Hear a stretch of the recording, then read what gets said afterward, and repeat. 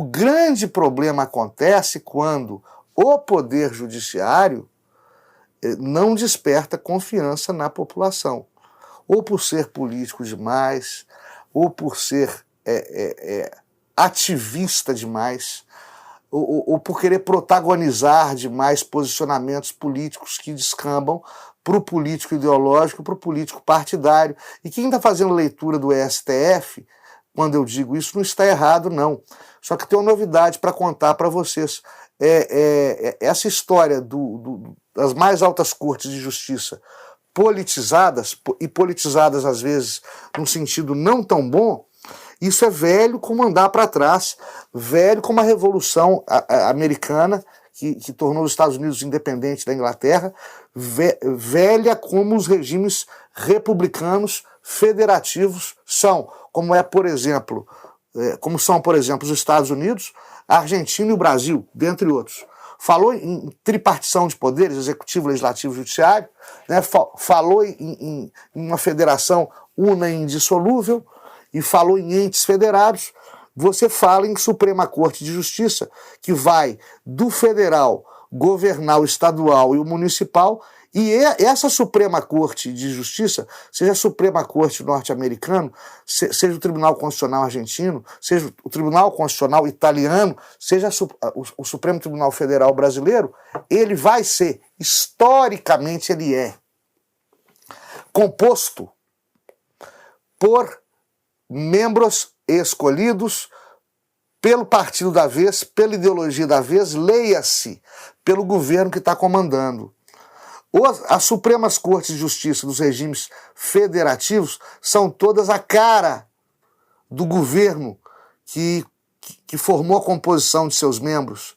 São a cara do governo que é o poderoso da vez, do partido que comanda a jurisdição de fora para dentro, naquela oportunidade, naquela determinada oportunidade histórica.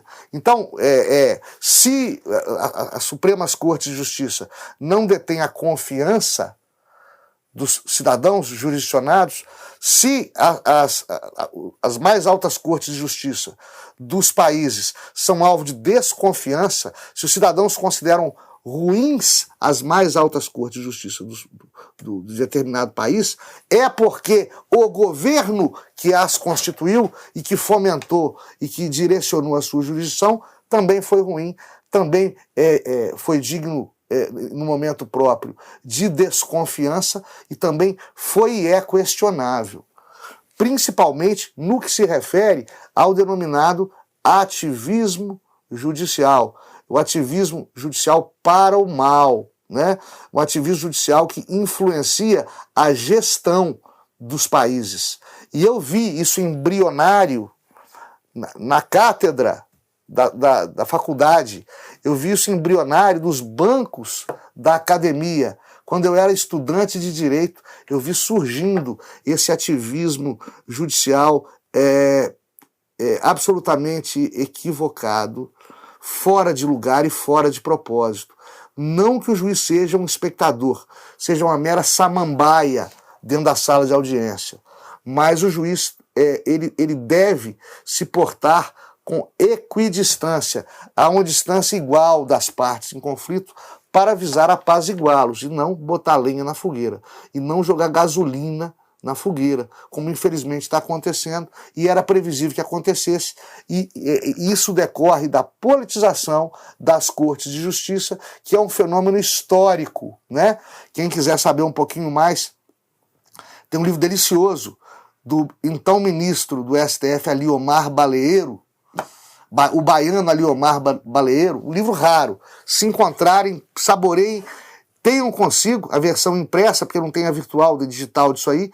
Não emprestem nem vendam, guardem as 7 chaves. Livro raríssimo. O Supremo Tribunal Federal, esse desconhecido. Editora forense, autor, ministro Aliomar Baleiro. Lendo Baleiro, eu estava me recordando da figura, infelizmente, bastante comum, cada vez mais comum, do juiz Salomão e do juiz Pilatos, né? O juiz Pilatos é aquele que lava a mão diante da opinião pública. A opinião pública quer, eu faço. A opinião pública quer, eu dou. Quem por acaso estiver se recordando do pronunciamento do ministro, que falou, temos que ouvir mais a opinião pública, quem estiver se lembrando desse ministro, não vai estar errado, não. E o juiz Salomão, é aquele juiz que, para não complicar a sua vida, para não criar polêmica, para não ter que trabalhar mais do que o normal, para não ter que estudar, faz o trivial, para evitar o confronto, ao invés de decidir. Eu vou dar um pouquinho para cada um, como fez Salomão, naquele episódio das duas mulheres que disputavam a mesma criança, bíblico, que todo mundo se lembra e se recorda. Infelizmente, esses juízes Pilatos e Salomões foram forjados nos bancos de escola, por governos profundamente interessados em enfraquecer o poder judiciário. E, infelizmente, está dando no que está dando, né?